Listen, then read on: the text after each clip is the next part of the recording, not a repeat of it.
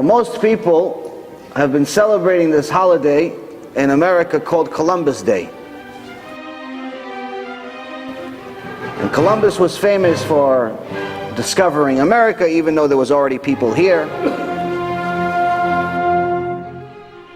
Before Columbus, according to the historians, everyone thought that the world was flat.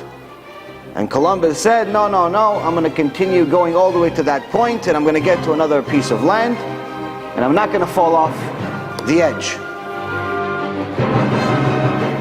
And then when he continued and he got to another land, everyone says, wow, look, Ashrecha, Columbus. The world is not flat. This is just a few hundred years ago. Unfortunately, that entire story is completely false. And the reason why is because Am Yisrael has known that the world is not flat.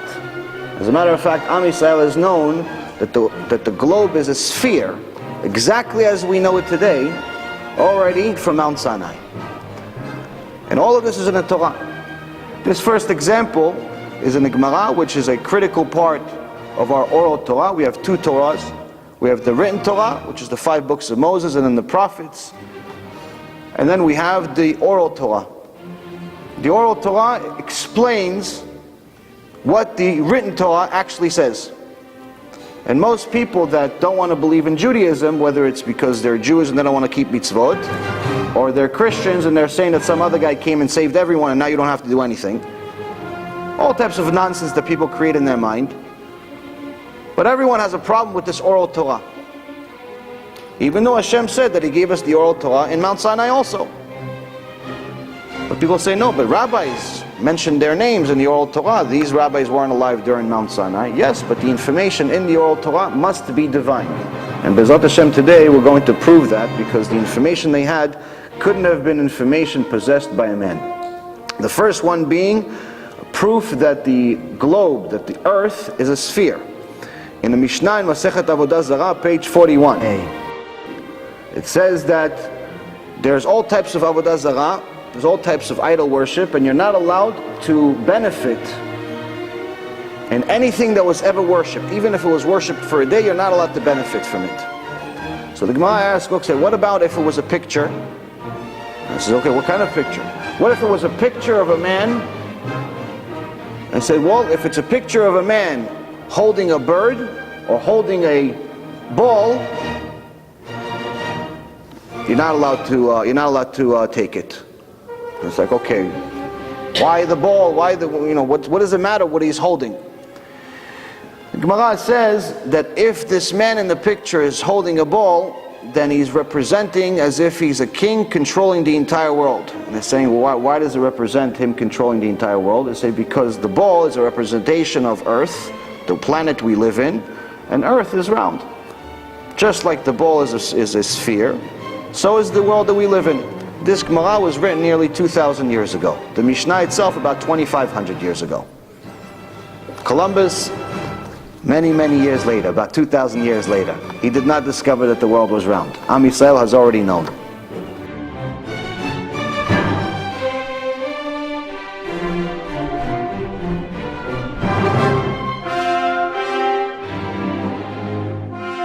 Now, in the Torah, we have a lot of things that in our current generation people get shaken up by.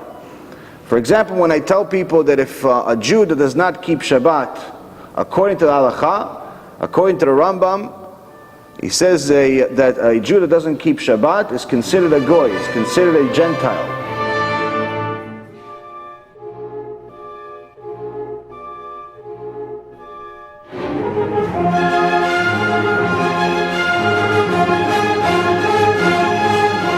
Considered not Jewish. But what kind of a Gentile? Because there's something called Chasdei Umot HaOlam, which is the righteous Gentiles, the righteous non-Jews around the world. Rambam says, no, not the righteous one. These are tzaddikim, they have Olam HaBa. The Jew that's not keeping Shabbat, he's considered an idol worshiper. An idol worshiper. He doesn't keep Shabbat, he drives on Shabbat, smokes cigarettes on Shabbat, watches TV on Shabbat, he's considered a complete idol worshiper. Now when I tell people this during the shul, it shakes them up. They go, what do you mean? I'm a Jew, my mom was a Jew, my dad was a Jew. I went to Beknesset 3 times last year. I give some tzedakah once in a while. What do you mean? I'm not a Jew. Well, according to the Rambam, you're not a Jew. Your Judaism is on suspension. You start keeping Shabbat, suspension's off. Now things like this shake people up. One time I told somebody this, and when he wanted to prove to me that he's a Jew, he took out his Israeli identification, which had on it Jewish. I told him, yes, you know what, you're right, but it doesn't work in Olam HaBa because you can't take it.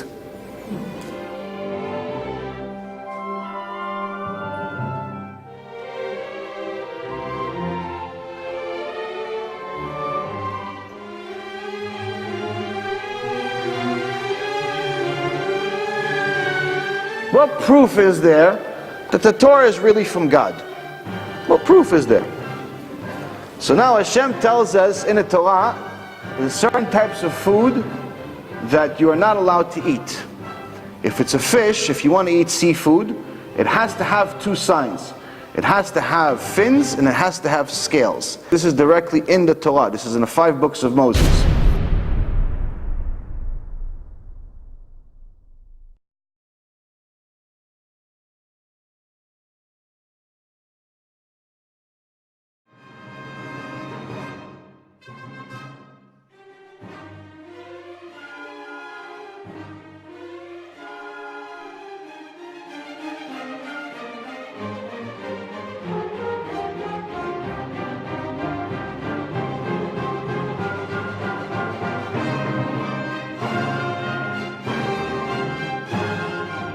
Hashem says, if a fish has fins and scales, it's kosher. If it doesn't have scales, then it's not kosher. So Chazal says, what do you mean it doesn't have scales? It says, because you'll find fish that just has fins with no scales, but you will never find a fish that just has scales but no fins. Which means that this information cannot come from mankind. Why? Because in order to, if you're going to write this in a book, and you want everyone to follow this book, then that means that you're not going to put something that could easily be proven wrong.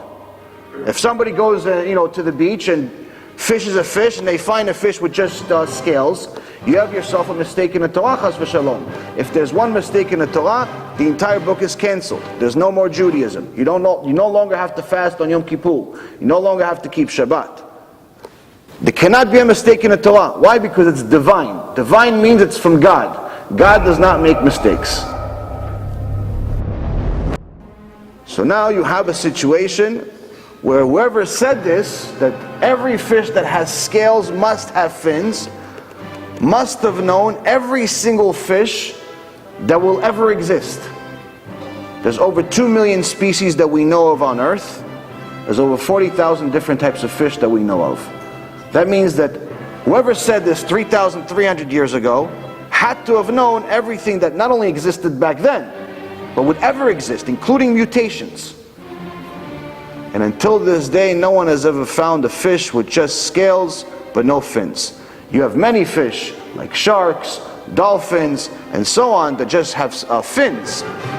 But you'll never find a fish that just has scales. Which means that even if you find a fish that's cut off, you cut off half the fish, and you don't have the side that has the fins, and you only have scales, Gemara says, you know for sure that it's kosher. Why? Because you're never going to find a fish that just has the scales. So this is just one simple proof that's in the 5 books of Moses that BeEzrat HaShem, all of us read every single year, Parashat Shavua. The issue, you find this in the 5 books of Moses.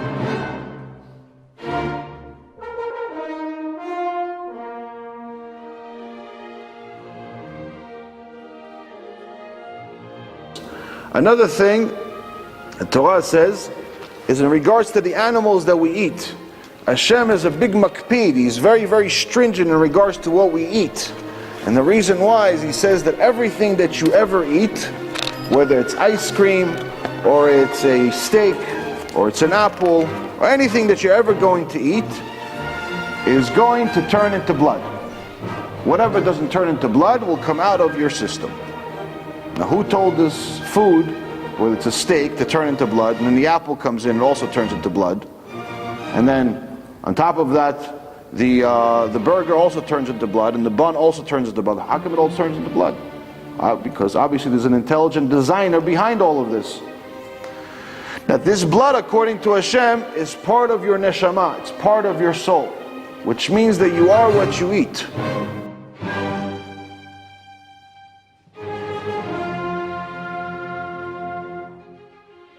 If you eat something impure, you become impure. But what does it mean impure? Does it mean you're a bad person? No, not necessarily. It means that if you try to learn Torah, it becomes nearly impossible. Because the Torah is the only thing that's truly spiritual in the world, and it's complete purity. Which means that if you go to a shiur Torah, and you eat non-kosher food, you're going to be like me when I was first starting to do TeShuva. I go to a shiur, I'm completely 100% awake. 5.5 minutes into the shiur, I fall asleep. Why? Because the purity was too much for my neshama to take. So it takes some training and obviously takes some kosher food.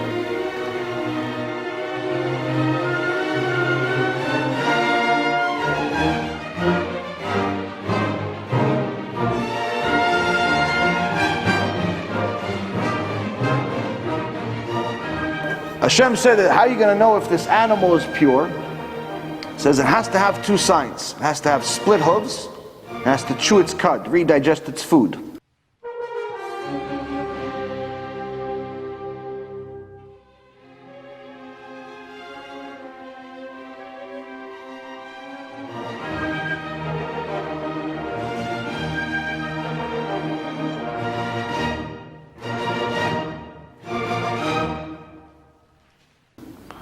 You can have approximately 10 different animals that he lists, a little bit more than 10 animals that actually have 10 species that have these two signs.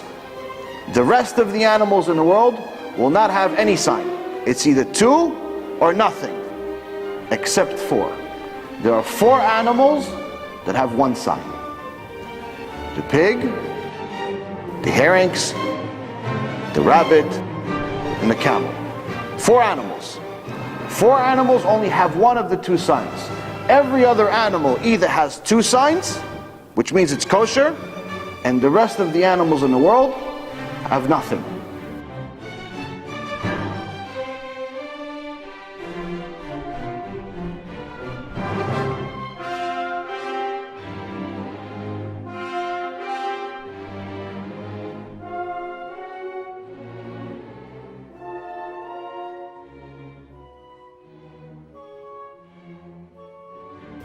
What does this mean?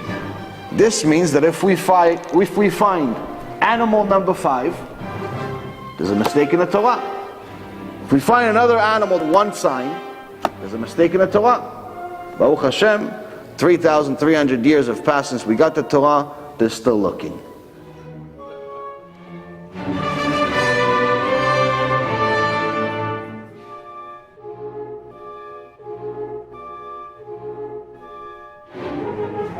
Another interesting thing that Hashem said about the animals, about kosher animals, that we didn't talk about in the last shiur, is that He wanted us to identify the kosher animal from the outside because that's easy for us to know, easier for us to identify.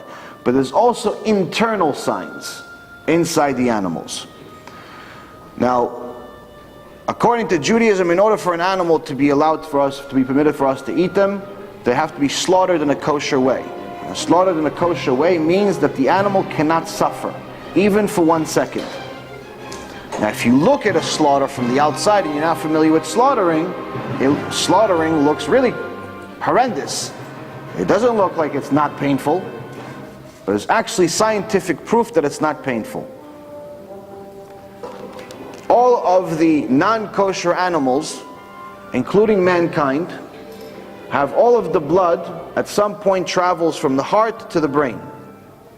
Now, someone is considered alive as long as there's blood going to the brain. As soon as the blood stops going to the brain, you're considered dead.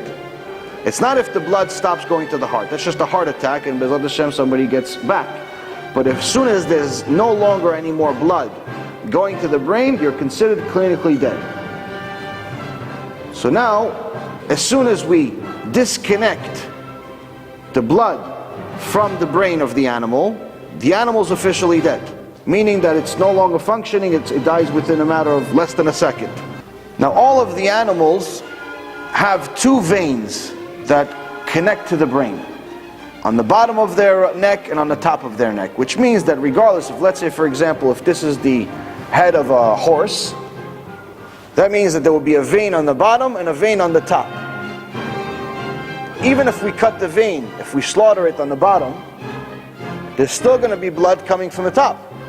Which means that until all the blood comes out of the bottom, he's still going to be alive and he's still going to suffer. He's going to feel the pain because he's still alive. There's still blood going to the brain from the top.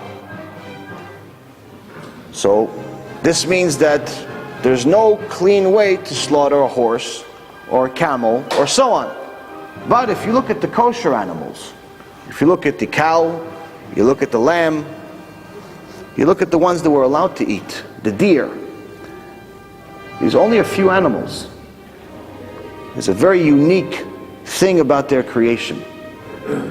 They also have two veins. But right before they get to the brain, both of the veins connect and become a single vein.